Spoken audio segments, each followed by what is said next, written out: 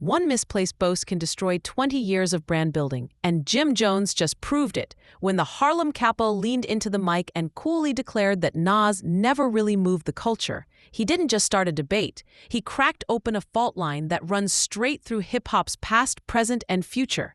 Within hours, timelines erupted, legends weighed in, and the very algorithm that once amplified Jones's swagger began burying him under a mountain of receipts. Was this a harmless hot take, or the moment a rap veteran signed his own career's eviction notice? Stick around because the dominoes haven't stopped falling yet. But that was only the opening bell. It happens on a casual episode of the Joe and Jada podcast. Two hosts, one studio couch, and Jones armed with opinions he thinks are bulletproof. Asked to list modern greats, he shrugs. Nas, not in my top 50. Pusha T, overrated. The confidence is almost hypnotic. Yet inside those 22 words lies the kindling for a cultural wildfire. Nas isn't merely a rapper. He's the architect behind Illmatic, the poet laureate of Queensbridge. A man whose verses are dissected in Ivy League lecture halls. Pusha T is the meticulous marksman who once halted Drake's world tour with a single diss. To dismiss them both in one breath feels less like critique and more like vandalism. The clip travels faster than gossip in a barbershop. By dusk, the quote is plastered across X, TikTok, and IG carousels, each share sharpening the knives. Jones thinks he's sparked conversation. In reality, he's triggered a tribunal. And the jury wastes no time convening. Receipts rain down like summer hail. Fans post side-by-side graphics. Nas' 15 studio projects versus Jones's 8. Nas Grammy for King's Disease versus Jones's Empty Mantle. Nas sold-out arena run with Wu-Tang versus Jones's club date circuit. Hashtag Respect Nas rockets into global trends. Even artists who rarely wade into drama, Black Thought, Questlove, Roxanne Shante, issue politely savage reminders of Nas's influence. Meanwhile, Pusha T stands circulate the infamous story of Adidon verse. Captioned, Ask Drake how overrated feels. The internet's verdict is swift. Jim tried to rewrite history and got burned by the footnotes. Jones responds with IG lives full of laughter emojis. But each chuckle sounds a shade more nervous than the last. Momentum, once his favorite co-star, now belongs to the opposition. Yet, instead of retreating, Jim loads another clip. Nightcap with Shannon Sharpe gives Jones a second stage, and he uses it to crank the volume. I'm way more influential than Nas, he insists, citing fashion trends and Instagram engagement as proof. The comment lands like a glass of ice water at a cookout. Everything stops. Everyone stares. Hours later on Bag Fuel, he escalates. I made Nas go viral. He should thank me. The bravado would be impressive if it weren't so poorly timed. Viewers don't hear confidence. They hear desperation. Comment sections mutate into roast pits. One user nails the mood. This is what happens when an ego outruns the catalog. Yet the most damaging blow isn't coming from fans. It's coming from Paris, where a very different chess move is unfolding.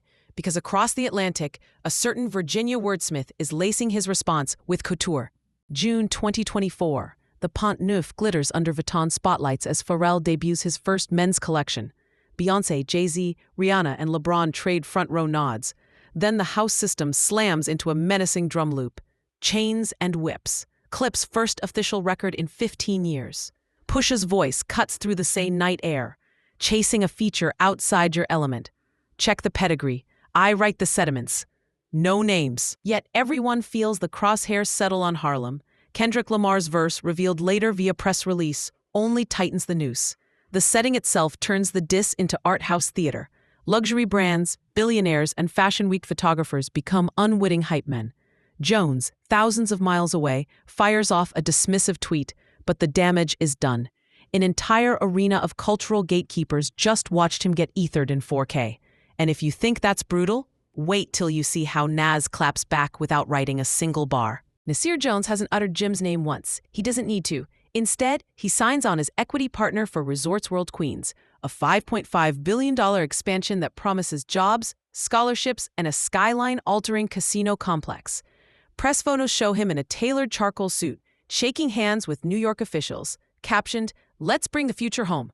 No hashtags, no subtweets, just quiet power moves. Financial analysts estimate his stake could eclipse the lifetime earnings of most platinum acts. At the same time, King's Disease 3 streams past 500 million plays, and his metaverse concert partnership sells out digital tickets in under an hour. the implicit message. Legends don't argue on podcasts. They leverage legacy into generational wealth. Twitter responds with memes of Thanos snapping. Nas handling beef. Even critics who once called him elusive now hail the blueprint.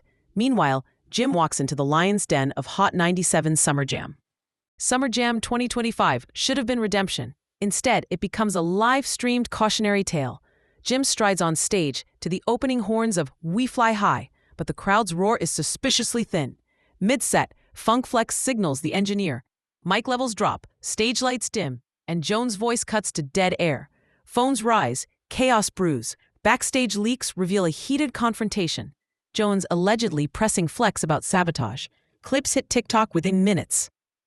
Commenters note the irony. The very gatekeepers Jones alienated now control his biggest booking.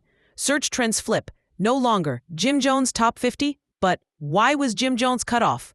The narrative has slipped entirely out of his hands. And the worst part, the Clipse album. Clock is still ticking.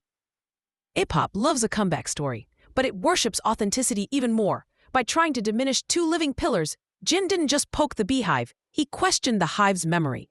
The response was collective, coordinated, and fiercely protective of legacy. Pusha T weaponized couture. Nas weaponized capital. The fans supplied the data. Now Jones stands at a crossroad few MCs survive. Double down again and risk total irrelevance, or pivot hard, issue an apology tour, drop career-defining music, maybe even lean into mentorship. Because here's the cold reality. Culture can forgive almost anything, except pretending history didn't happen. The next bombshell? Clipse's full album arrives July 11. Early insiders swear track 7 contains the line that will make Adidon sound like a greeting card. Until then, keep your notifications on, smash that like, and drop a comment. Is redemption still on the table for Jim Jones? Or did he just ghostwrite his own exit? Stay locked, because if Paris T, hip-hop loves a comeback story, but it worships authenticity even more. By trying to diminish two living pillars, Jim didn't just poke the beehive, he questioned the hive's memory. The response was collective, coordinated, and fiercely protective of legacy. Pusha T weaponized couture, Nas weaponized capital. The fans supplied the data. Now Jones stands at a crossroad, few MCs survives. Double down again and risk total irrelevance, or pivot hard, issue an apology tour, drop career-defining music, maybe even lean into mentorship. Because here's the cold reality. Culture can forgive almost anything except pretending history didn't happen. The next bombshell? Clipse's full album arrives July 11. Early insiders swear track 7 contains the line that will make Adidon sound like a greeting card. Until then, keep your notifications on, smash that like, and drop a comment. Is redemption still on the table for Jim Jones, or did he just ghostwrite his own exit? Stay locked, because if Paris taught us anything, the next move might drop where nobody's looking.